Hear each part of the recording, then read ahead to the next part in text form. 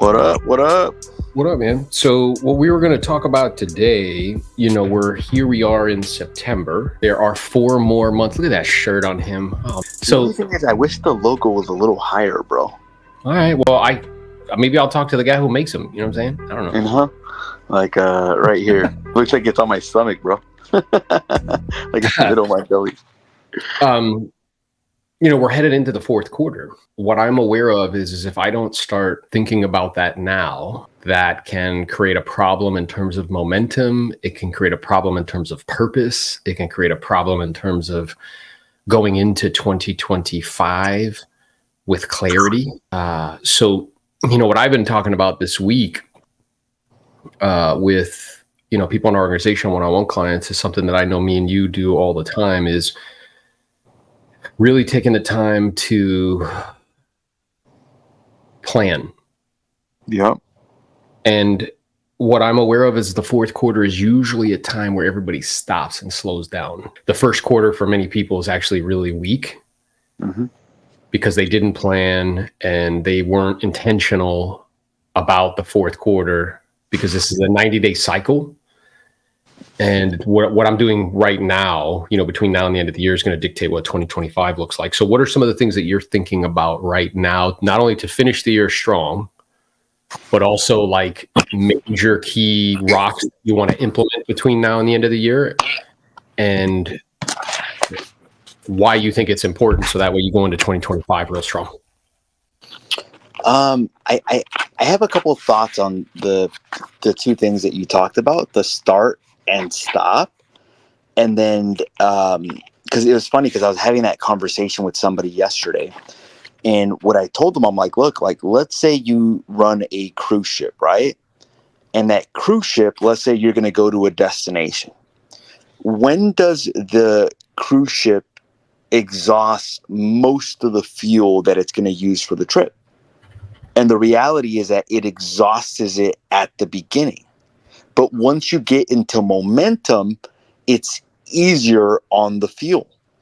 The problem with it is that if, let's say that you do 10 stops on the cruise ship, now you got to start all over again, and it's going to require that same level of energy and fuel that, had you not stopped, it would have basically just been a lot faster to cruise.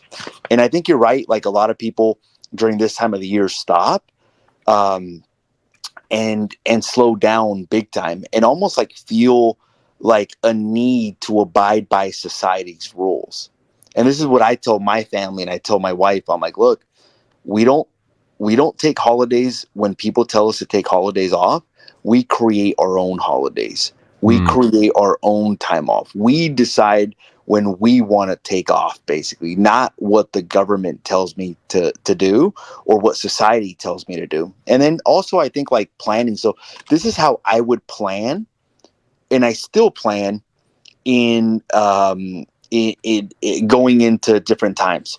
So I'll take out a calendar. That's one of the planning mechanisms. I'll take out a calendar. I'll look at like October, November, December, and then I'll be like, okay, what days am I going to work, and what days am I going to take off? Well, and let's wait, stop, pause right there, because I'm aware I asked you, because we are kind of co-creating together. We're building stuff, an organization together. And I said, hey, bro, what does your schedule look like between now and the end of the year? And what did you say to me? I'm working. Yeah. He was like, dude, I'm working. Like, I only have one trip that I've already pre-planned that I go to every year, like Mexico or whatever, during December. But that's it. I'm not going to any masterminds. I'm not traveling. Now, tell me why you made that decision now. Well, think about it. Like, if this was a real job, meaning like if I actually had a boss, but it is a real job. If I actually had a boss, I would basically have to tell my boss, like, hey, look, I'm planning on taking this time to that time off during the holidays. And I'm planning on working this day, and this day, or request holidays times off. So it actually allows you to see, like, hey, look, like, how many days of the week are you planning on working? And it also makes it so that it's not impulsive. Because it's funny, I had an agent on my team a long time ago that any time somebody would ask him to do something like, hey, can you come help me with this? He would stop everything that he was doing in real estate and go help him. Hey, my girlfriend, can you go to San Francisco with me this weekend? Instead of being like, no, like my calendar says I'm taking this, this, and this off. It also makes it so that like your family knows what to expect from you as well too. So it makes it easier on your family. So my family knows that every Sunday, like I am not working. I am basically spending the day on whatever it is that they want to do. So I think there's a couple of different reasons why I do that. Um, What I'm also aware though is that you have a larger vision of what you're trying to accomplish. You have like about like a 24-month time span that you want to accomplish it in, maybe a little bit less, 18 months. And as such, you're very clear on what's required in order to accomplish it. And I understand that I have to say no to certain things that don't fit that, even though those certain things, like I would love to go out to another event with you and hang out, but I'm like, that doesn't right now at this moment get me closer to accomplishing what I want to accomplish. The other thing is like I was asked to be on a panel and I wanted to go out there and I wanted to help. And it was like, it was going to be a couple thousand people in the room, you know? So it's like, man, it's a great opportunity for exposure and to kind of get known and obviously this, but I'm like, it doesn't accomplish the short-term goal that I have. So it's like, okay, what's the short-term goal and what's the long-term goal as well too? Yeah.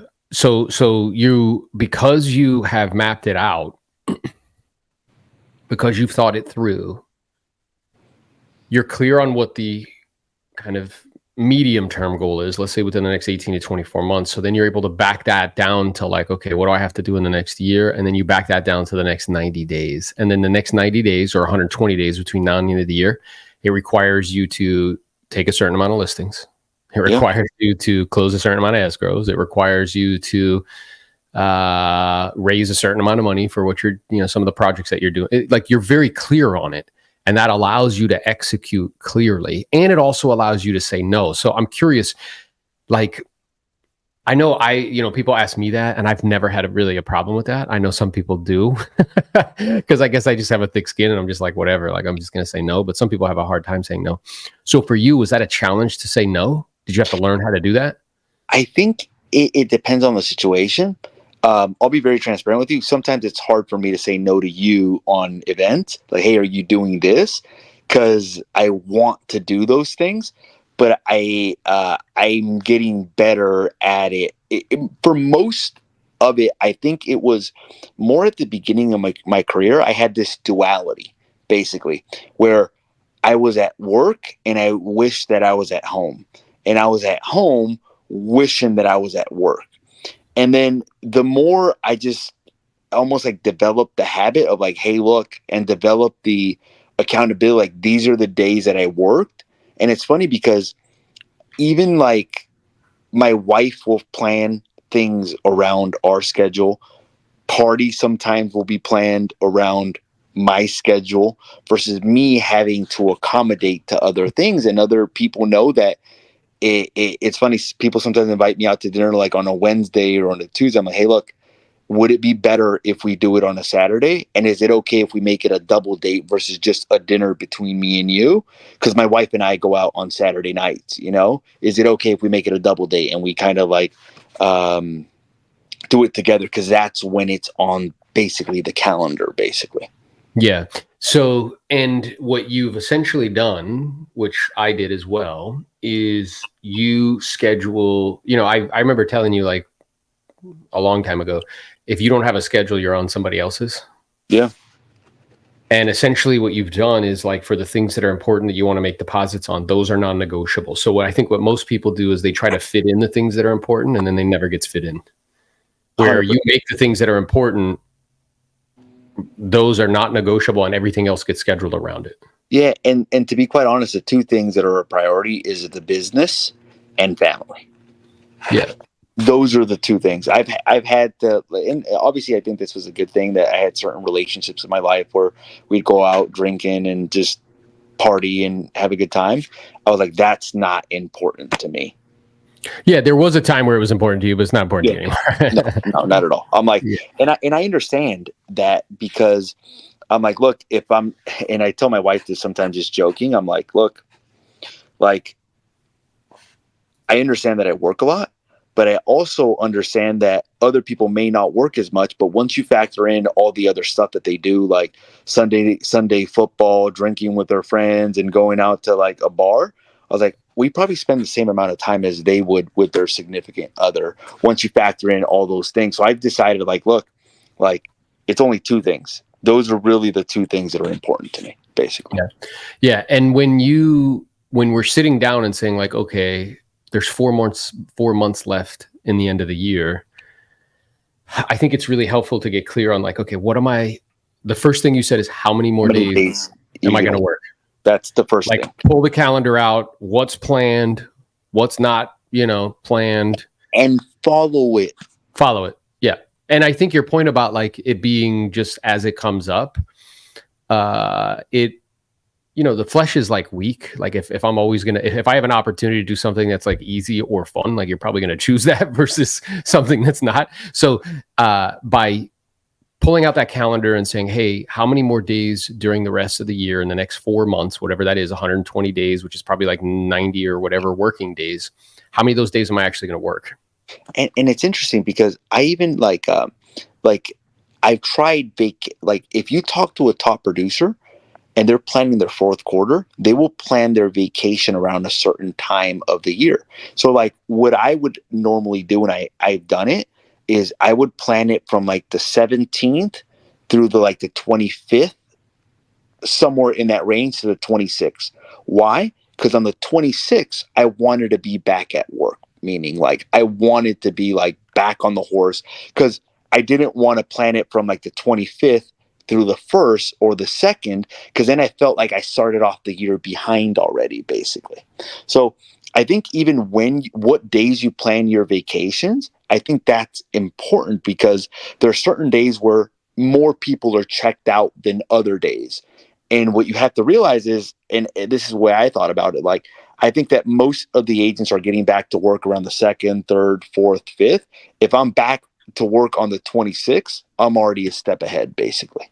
Yeah, for sure. So that's step one. And then step two, I think, would be to have goals for like for that length of time that you're going to work. So how many listings am I going to take? How Mm-hmm. many more escrows do I want to have? How many price reductions, am I going to go after? How many buyer brokers agreements am I want to get signed? So you have a clear, tangible goal and objective. Yeah, I agree with that 100%. It's funny. I'm cleaning out because I'm in the process of moving, and I was cleaning out my old office, and I found a 2012 plan, and I'm actually holding on to a lot of these things, like just like as memoirs. I'm gonna autograph them one day and sell them off. This guy, Um, bro. but I found a 2012 business plan. And one of the things I found in there was a physical calendar, which is what I was saying. So the other thing that you talked about was having goals in that. Now, I would take it a step further. Now, after you determine how many listings, how many buyer contracts you're going to get, how many escrows you're going to get, I would do the math on that. Meaning, I would be like, okay, if I take X amount of listings, X amount of listings sell, that will bring X amount of dollars. I Based on that X amount of dollars, I will have X amount of expenses. My net would be around X. I will pay taxes on Y. This is my true net. I will plan a vacation. This is how much. And then what I would do is I would spend the money in advance. What I mean by that is, okay, if that is going to bring $250,000 in that quarter or $100,000, whatever the goal is for you, I would be like, where is that $100,000 going to go? I think one of the challenges that a lot of people have is they're like, yeah, I want to do 25 listings and that's going to bring in $250,000, but they have nothing that they're going to use that $250,000 for. So meaning like their reasons aren't large enough to be willing to do whatever needs to happen to put in the 25 goals. So like for me right now, I know that I need a certain amount of income for the ADUs that I'm building. And I'm like, look, like that's what I'm fighting for. That's what I'm going after to be able to do that. So if your goal is to send $100,000 to a syndication, great. You made 250. After the 250, you're left with 175. 100,000 is going to go to a syndication. What are you planning on doing with the rest of the $75,000? To set the $20,000 going into savings, whatever you have it, just make sure that you do the math. Because what would happen to me when I would do the math, I would realize that one, the amount of money that I actually want to make is barely enough to accomplish the goals that I want to accomplish. So in order for me to accomplish the goals that I want to accomplish, it means I have to make that amount of money, no ifs, ands, or buts. And then two, in some cases, I would realize, hey, like my goals, I'm actually short on what I want to accomplish. I actually need to make some changes because if my goal is to buy a rental property and I need $100,000 for the down payment and I don't reach this goal, I'm not going to be able to buy that rental property. Yeah. So not only getting clear on how many days I'm going to work, what the goals and objectives are, but then tie those goals and objectives to a specific outcome from a dollar perspective. And then if possible, like already take the steps to start to make that happen. So in other words, like if you plan on doing the syndication, like reach out to them, call them, have a conversation with them, tell them to send you the documents so I have them. So you're starting to make it more tangible and real. Like if the goal is to go on a trip, like send it to your significant other. Like perhaps if you have the resources now, like book it in advance. Right. And even this, like, it's funny because I was asking one time, I was doing this with an agent. I'm like, what are your goals? He's like, oh, to buy a rental property. I'm like, great. What price range do you want it to be? He's like, I don't know. I just want it to be a good deal. I'm like, okay, how much down payment would you need? I'm not really sure. I'm like, Yeah. what would your payment be on it? He's like, I'm not really sure. I'm like, what would the amount of cash revenue that it would bring in on a month-to-month basis? Not really sure. I'm like, you're never going to accomplish that because you haven't put in the work up front. I'm like, there's no way you're going to reach that goal. Zero probability of you buying a rental property because you haven't done the math, you haven't broken down the goal. No idea what you have to do in order to make it happen. And not only that, but you have no idea what you're looking for.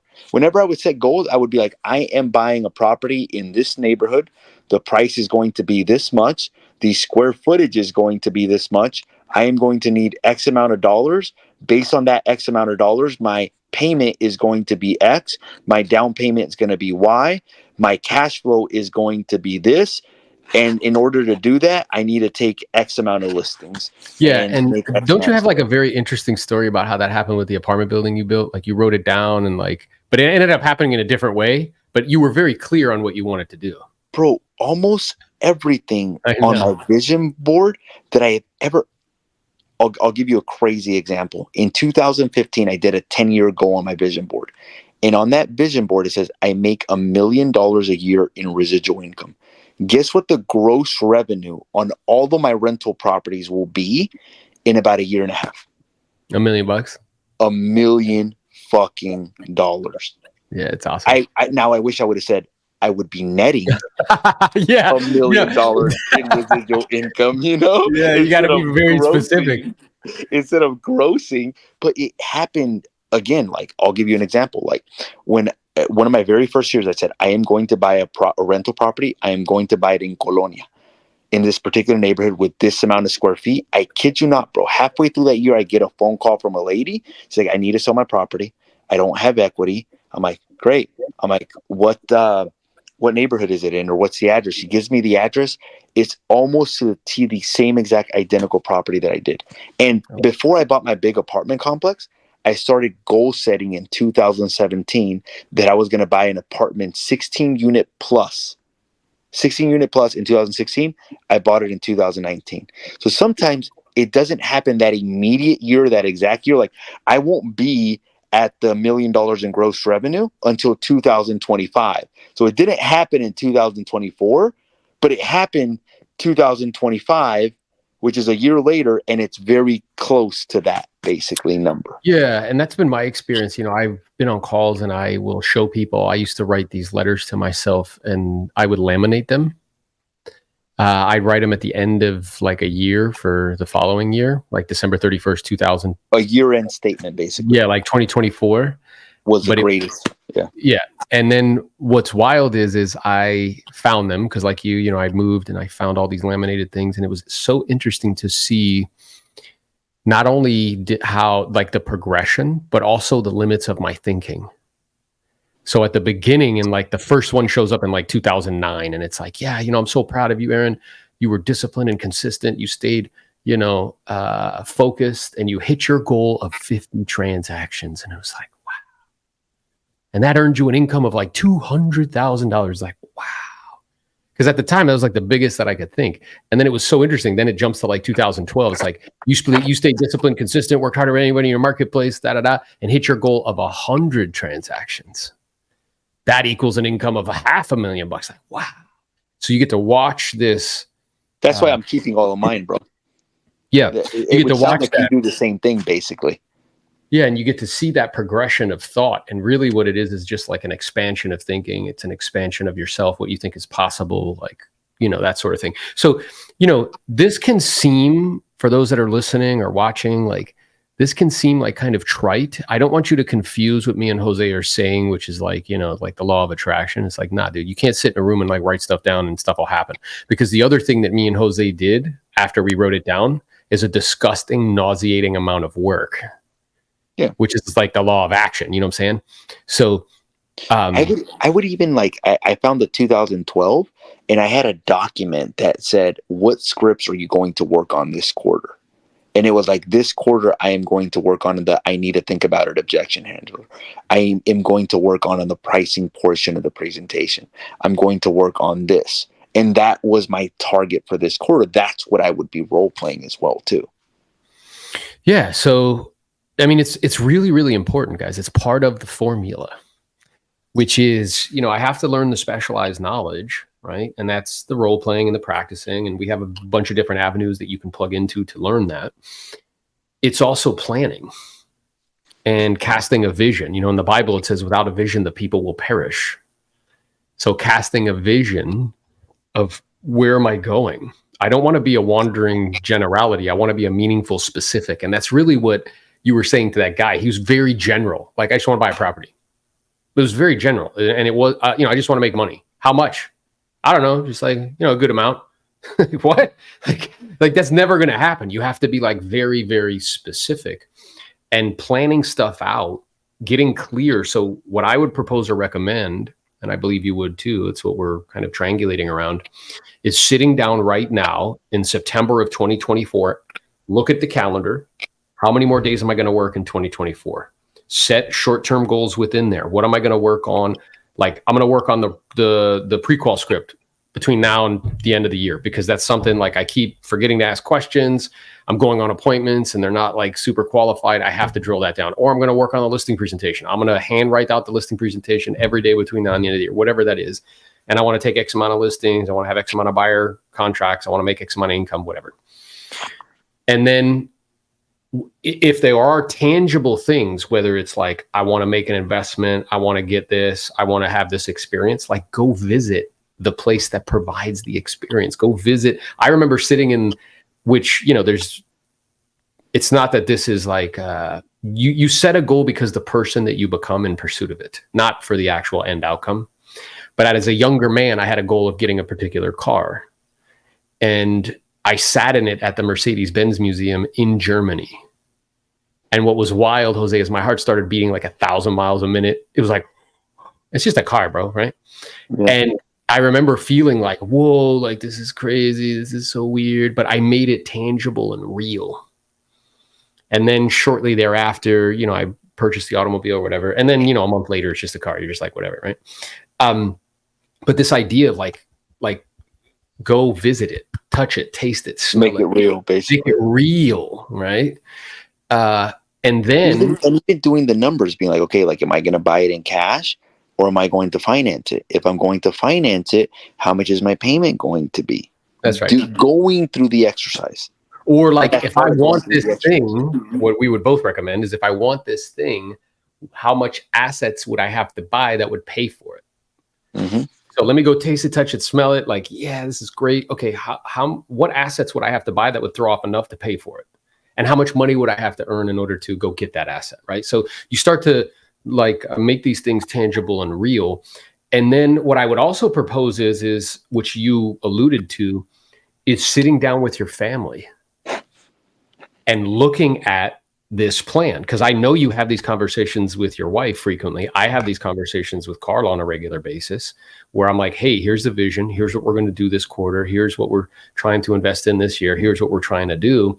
So that way everybody is everybody's on the same page. Stephanie says, hey, love the what scripts am I working on this quarter? Focus and specific, target, commitment equals determination, achieving your goals. You rock. Yep.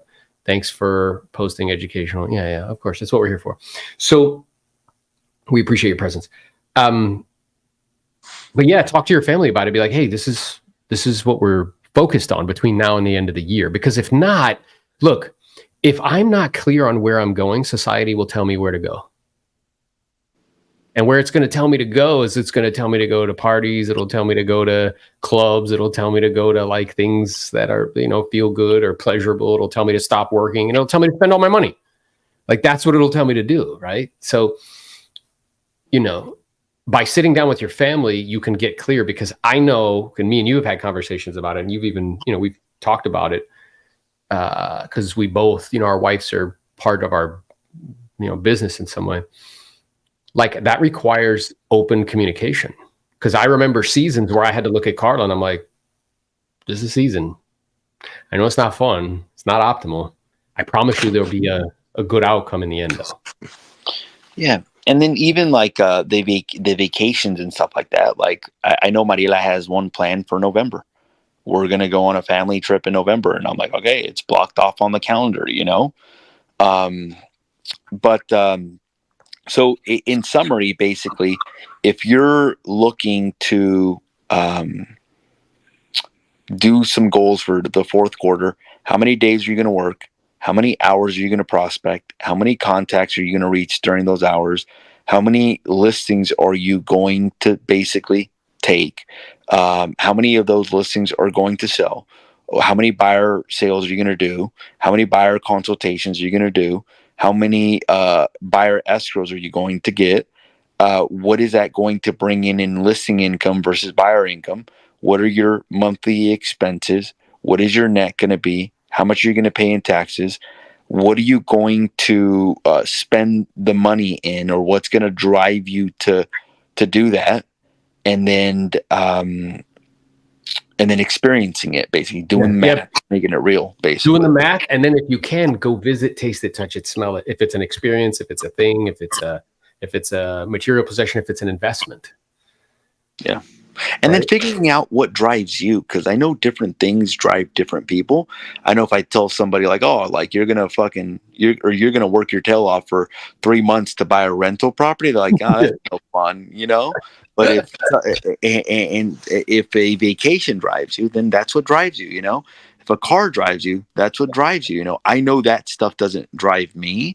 I know that I'm more driven by the security aspect, and I'm more driven by like investments. And before I buy liabilities, I always buy investments first. Like before I bought my first property to move in. My rentals paid for that mortgage. Right now, my rentals will pay for this new mortgage that I got as well too. Yeah, and you were smart. I remember like when you brought that up. That's funny because I remember you were like at home learning how to sell. You were living with your parents. You were taking all your extra money and you were buying properties.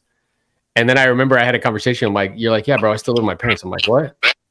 You're like, yeah. I'm like, it's time to get out, dude. And you're like, oh, okay.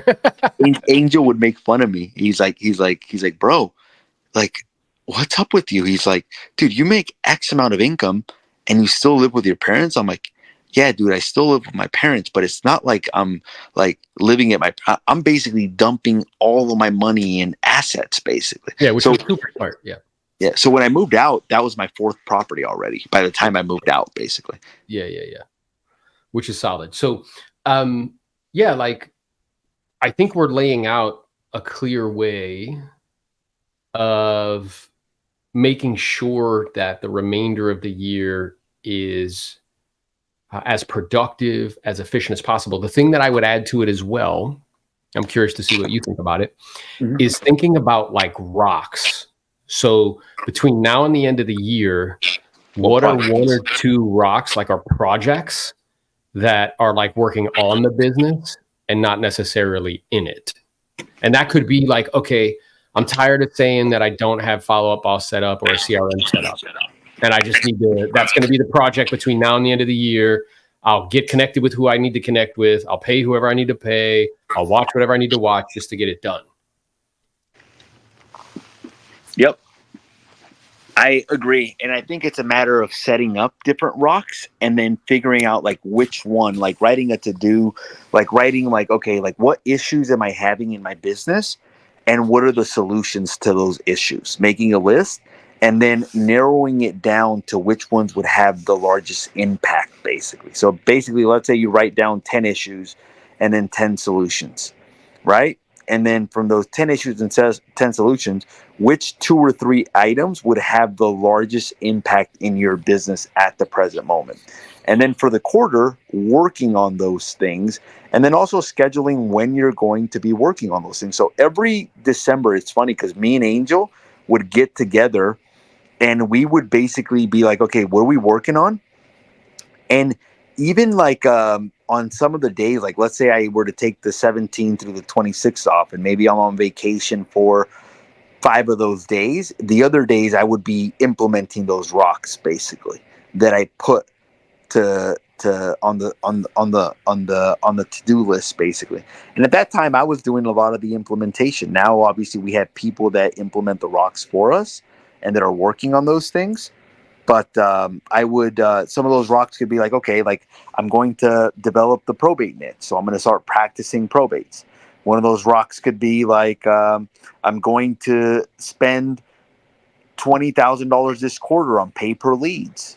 One of the rocks could be I'm going to set up a podcast, or I'm Yeah. going to set up my follow up boss, or I'm going to do this. So different things that would have in it, or I'm going to hire an assistant, you know? Yeah. And, the other thing that came up for me is like, yeah, I'm going to finally stop being a baby about media. Yeah. And perhaps get some equipment so I can start to, shoot some content, right? So having like one or two rocks, and maybe it's just one, it doesn't have to be like a ton, but one that you think, like Jose's saying, is going to move the needle the most in your business, right? Whether that, Lars would say that like if it was like a lead source, he would say that unless it can bring 50 deals a year, he wasn't interested. Like, meaning, if this lead source cannot bring in 50 deals a year, I'm not interested in setting up the lead source. And I was it's like, not worth figuring out. It's not worth spending the time. that's what he would say. I'm Yeah. like, damn, you know? Yeah. Because Yeah. at Yeah. that time, I was like, well, if it can bring in like 3 to 5, I can get 3 to 5 from here, I can get 3 to 5 from there, and they all add up, you know? But now looking back at it, I'm like, he's right. Yeah, he's totally right. And I think for a lot of agents, it falls down to those one or two categories in terms of rocks. It's either going to be leads, which would be like a niche, like probates. It could be if you're going to generate leads from media. It could be Paper lead. pay per lead or pay per click, right? Specifically for sellers with cash offers. That's what we would recommend. And great. Or it falls into systems. It's one of the two, usually for agents, Yeah. right? And I think the tendency for agents is to only focus on the revenue, which is, leads, and not to focus on the systems piece. I mean, we have somebody in our experience who, the guy out in Texas, who he's doing like 50 deals a year, but he has 0 systems. So no matter like if, when he comes to me, he's like, what should I focus on the fourth quarter? I'm like, well, you need to get first get your phone number out of MLS, second, get your phone number out of yard signs, like route those to your agents on your team. Third is you need to create SOPs. Fourth is you need to set up follow-up. Like these are systems driven that will actually allow him to do twice as much business. And I think too that there's some sort of fear usually holding people back from doing certain things. And I think it's like we were on a call with one of our freedom builders, and he's like, "Look, like I still follow up with leads manually. There's some sort of fear Yeah. holding them back from inputting them into system." And I've gone through that, bro. I've gone through it at different stages. Like, so I used to follow up on my leads manually. And I remember when I finally made the decision to go into a CRM, I'm like, "Is this going to work out?" Like, I don't know if this is going to work out. I'm like, well, I'll just hold on to the leads physically just in case it doesn't work out. I could always go back to it. So I always think, like, what's worst case scenario? I could always go back to whatever it was. I've had a couple recent things where instead of having like 20 different lead sources, we've narrowed it down to less lead sources and And going deeper on the lead sources were working. and it's like going less, and it was the same fear, like, oh my god, like what if that doesn't work out, like blah blah blah. But then I'm like, I could always go back and change it again if it doesn't work out, I can adjust. And then it came down recently where I was for PPL leads, I was the first person a lot of times to contact them. I have a lead manager now who now she's the first person to contact, and I have a guy that's helping me with that, and he's like, look, Jose, 9 out of 10 of the PPL leads or whatever aren't going to work out anyway. So why are you talking to the 9? Why aren't you just focused talking on the 1? And when he said that, I was like, you're right. But it was that little fear. So I would challenge you guys. It's like, okay, what fear is holding you back from implementing the CRM? What fear is holding you back from like basically planning out your calendar? What's holding you back from adding that lead source? And what I would challenge you to think is like, what's worst case scenario? I mean, worst case scenario is, yeah, you invested $2,000, $3,000, and you could always go back to whatever it is that you were doing anyways. Yeah, and I think the fear is, which we were talking about with Ryan, is who you're referring to. And he does well, man, like 715 GCI probably. The fear is that if he changes it, he'll end up broke, Alone. and alone and by himself. You know what I mean? So money has an addictive quality, and because of it, we get addicted to the way that we receive it. So for people that are very kind of So go through that exercise, bro. So like, let's say somebody's having some sort of fear, and this is taming the gremlin. yeah. What would you say to them? Like so what, right? Yeah, so the first How you and this, end up with yeah, the conclusion of yeah. end up broken alone, basically. Yeah, so this is good. So, and this comes from Rick Carson. He wrote a book called Taming Your Gremlin. I studied with him for like 10 years, became a faculty member at the Gremlin Taming Institute. He has these series of questions, right? The first one is, what's so? So let's say I'm like, hey, I'm not sure if I want to. I know that changing CRMs from leads to CRM will help me, but I'm kind of scared that if it doesn't work out. Yeah, so that would be the first, like, what's so? So like, it's like, well, what's so means like what's happening, and you're like, well, I use paper leads, like physical pieces of paper, and I know that if I go to the like digital CRM, it's actually better, but I'm resisting doing it. Okay, and I'm scared that yeah, and then I'm like, all right, well, so what? Well, if I go to the CRMs, I'm scared that the leads will get lost in there, and then I won't have any business, and I'll miss out on leads that I would normally have. Basically, I would be missing out on leads that I would normally have, which means less paychecks, which means that I may not be able to pay some of my obligations. Yeah, good. And then it leads to the third question, which is another so what. And this is where we get down to the real fear. It's usually a loss of something, a loss of status, a loss of money, a loss of the granddaddy of them all is like the loss of life. So let's say you say that to me, and then I give you another one. I'm like, all right, well, let's say you lose a little bit of money and whatever. Like, so what? Well, at that point, like I won't be able to pay my monthly obligations, and then at that point I won't have a home, and if I don't have a home, then basically I could end up on the streets. Yeah. So what's really awesome about this is that this helps you to progress down to like the actual fear. Root of the problem, the root, actual problem. The actual The fear. other ones are just a symptom. That's the actual fear. That's the actual thing. And then I will ask you a question and I'll say, okay. And then, well, I would also, if we were doing a piece of work, I'd be like, all right, well, when you say that out loud, like, what do you notice? What do you notice in your body? What do you notice in your breathing? Like, what is it like to be Jose at this moment? And you'd probably tell me like, well, I feel scared. I feel like my breathing's shallow and quick. Like I feel like, I want to like protect myself in some way, right? And I might have you actually play that out because it'll show you how you're scaring yourself in the very moment that you're doing it, right? Because I want the observer, the witness or the watcher, the one who learned how to walk and talk with no instruction, to see what's happening. Because when the observer can witness how you're jamming your own thumb in your own eye, then a natural correction will begin to take place. So when I start to accentuate the obvious, sometimes people laugh and I'm like, oh, well, what's funny? And they're like, this is silly. And I'm like, I'm sorry, can you say that to me again? And they're like, this is silly. I'm like, call me out by name and say it. They're like, Aaron, this is silly. I'm like, okay. Do you want to keep doing it? And they're like, no. I'm like, all right, so stop. You know what I mean? It just helps them to self-discover how they're jamming their own thumb on their own eye. Now, the fourth question is a really great question because it snaps you back into the present moment and causes you to do like a little bit of critical thinking. Because critical thinking only takes like it's just short experience. If I'm spending longer times, like, 10, 15, 20 minutes thinking about something, I'm usually no longer critically thinking. I'm just ruminating, which is the second semester word for worrying. Right? So then I'll say to you, all right, well, what now? What are you going to do now, Jose? If I'm ruminating?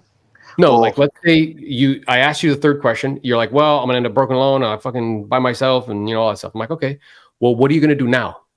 Well, what I'm gonna do is I'm gonna basically implement it today, and then I'm gonna give it 30 days to basically see how it works out, if I like it or not. And if I don't like it, then I'm gonna go back to the other lead source as to how I was doing it, basically. Perfect. Yeah. And then I would ask you like, okay, when you say that out loud, how does that feel? And you'd be like, yeah, it feels good. Feels relieving. Yeah.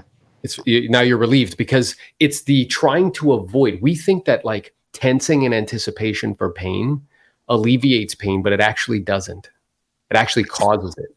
So when we get down to that root thing, which is like, hey, I'm just afraid, like I'm gonna end up broken alone and by myself.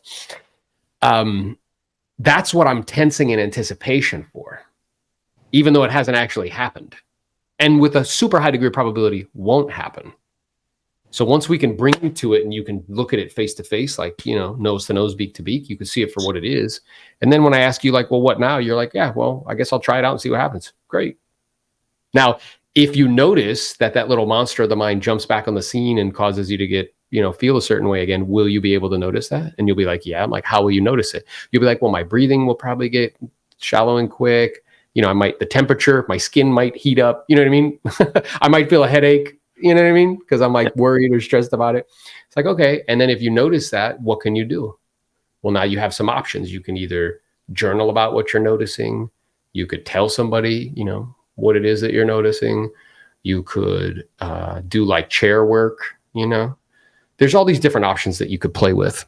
But this helps you to get out of that kind of trap. Yeah.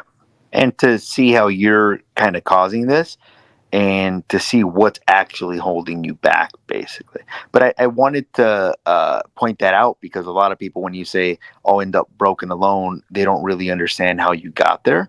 So I wanted just to break because that's good because that mechanism happens really fast. I remember you brought like a cousin of yours, I think, on a call, and we did a piece of work with him, and it was like super powerful, bro. He was like, because we helped him to see how he was contaminating his own experience. Yeah. So this is good, bro. We're giving people a framework on how to ensure that you have a really solid end of 2024. And the other thing I want to impress upon people, guys, is like, these rule changes have been in effect now. Like, has the world ended? No. People still buying and selling? Yes. Like we built it up into this whole thing. I think it's actually better, bro, because buyers are signing agreements too now. It's like way better for the industry. I think so too. And I'm hearing as well from those who list property in high volume that like those conversations, because we've been talking about it for 6 months, equipping people with what to say and how to say it. But it's not a thing. Like, it's fine. People So I still just want want to to buy. impress upon you guys, like the time to really push, the time to be aggressive. We talked about this on the mastermind calls. Like, am I playing defense or am I actually playing offense? Am I playing not to lose or am I playing to win? And the time to play offense is when everybody else is retreating or when they're scared. Yeah. And that's, I think there's a large portion of the agent community that is, and some of them rightfully so, because perhaps they don't add that much value. But now's the time to really, and it's funny because the mental game that I would play with myself, and I don't know if you do this, but like as we approach the end of the year, I'd actually get like really, really excited because I knew that that's when everybody stopped. And what I would tell myself is like, this is where I earn it.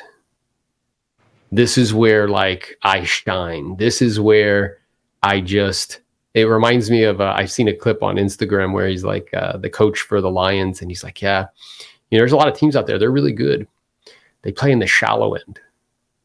And he's like, we just need to stay with them long enough until in the fourth quarter, we can pull them into the deep end and we'll drown them.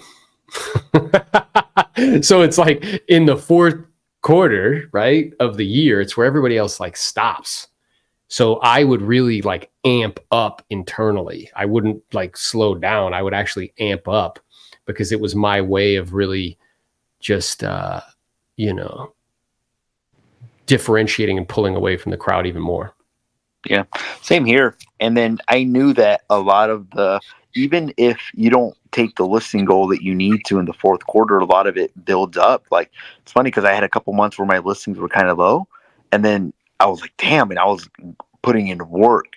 And then the third month, bro, like a blow up month where it more than made up for those other 2 months, So it's kind of like sometimes things happen where 3 or 4 or 5 sellers end up delaying them putting it on the market, and your month doesn't look that great, and then the next month it's like a blow up month, or it could be a month after that. Yeah, and keep in mind that like the press in the fourth quarter, like I'm already thinking like, yeah, there's a part of my mind that's thinking about finishing this year strong. But there's another part that's like what I'm doing right now is going to set up 2025. 100%. You know what I mean? Like I want it to go into that with lots of momentum. I want to go into it with lots of listings, lots of pendings. Because what most agents do is they follow this like cycle. September happens, then October, once you hit Halloween, they just kind of check out. They take 2-3 weeks for Thanksgiving, 2-3 weeks for Christmas. And then lo and behold, then there's New Year's. And then like a week after New Year's, they're like, I got to do a business plan. And then after that, like they really don't start working until like February, bro. And then they wonder why they don't have any money. Yep. What I find super interesting. And it's harder, bro. It's much harder to sell when you're worried about paying your bills. A lot more stressful. Much more stressful. And, I share with people, it's like, all right, well, let's get clear what society's telling me to do. So stop working, eat a bunch of food, spend all my money. Then what happens is, what's the biggest thing come January? New Year's resolutions. Lose weight. Try to make more money. You see what I'm saying? And like get out of debt or whatever. You know what I mean? Like it's just so fascinating to me that it's this collective hallucination. It's like we're all just like, okay, like that's what we should do. And then too, like it's crazy because sometimes I get agents that come to me and they're like, look, Jose, like I am in debt like X amount of dollars, and I see them going on a vacation, bro. I'm like, dude, you need to sit down with your wife. I know your wife wants to go on a vacation, bro, but you guys need to sit down and be like, look, guys, we're $13,000 in debt right now. I have X amount of escrows right now. The last thing I need to be doing is doing this. Like, if we continue down this path, we are headed in the wrong direction. That's right. Yeah, 100%. And then it gets to the point where it's too late to recover, and then you're working at Walmart. Yeah, or you got to take some other job that like you really don't want to do to supplement the income. Yeah, and then people are like, "Oh, well, it's really hard." I'm like, "Yeah, dude, but like you have to play your part. So you have to be an active participant in your own rescue." And to me, I would be embarrassed as hell, bro. Like Yeah, I would not be able to do that just because of the embarrassment, bro. yeah. No? Well, and remember on the call we were talking about from that book we read that 36% of people's income goes to pay debt. Yeah. And the other 30% goes towards the government for taxes. So it's 60+%. So that means most people work 2/3 of the whole year just to pay debt and the government. Yeah. And they wonder why they're not able to get ahead. You know what I'm saying? So, our intention is really to equip you. What this call is really about is about planning. It's about how to ensure that the rest of the year really is fantastic for you. One of the ways you can make it fantastic, you see that QR code that's up there. We're doing a virtual summit. Jose will be speaking. I will be speaking. Other leaders in the organization. My wife, Angel's going to hop on, talk to people about the dialer. Our goal and objective is just give you the best tools so you can do more deals, make more money. That's what we're all about. So, Elite Builders, coast to coast. See you next time, team.